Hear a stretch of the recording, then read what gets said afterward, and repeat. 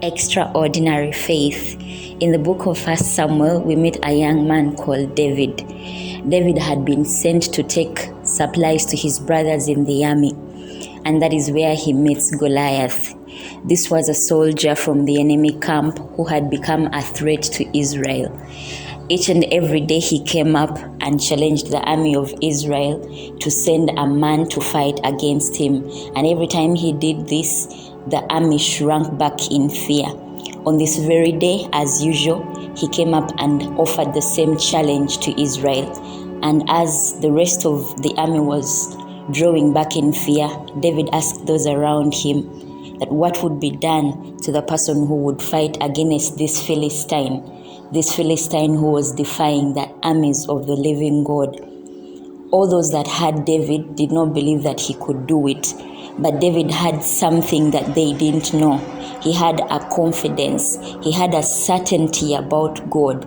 Alone in the wilderness while taking care of his father's sheep, David had seen God at work, and he knew that this battle was not different.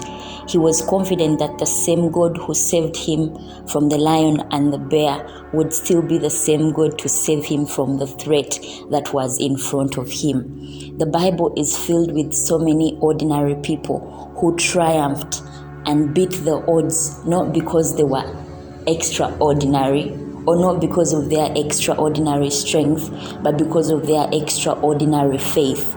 Each and every day presents us with an opportunity to either shrink back in fear or to be like David and face our trials and our challenges head on, not in our own strength, but in the strength of God.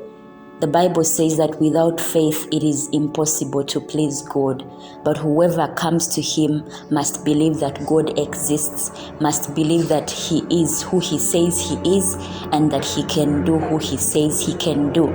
Today, may we be like David and face our challenges head on with an extraordinary faith that the God who did it before is able to do it again.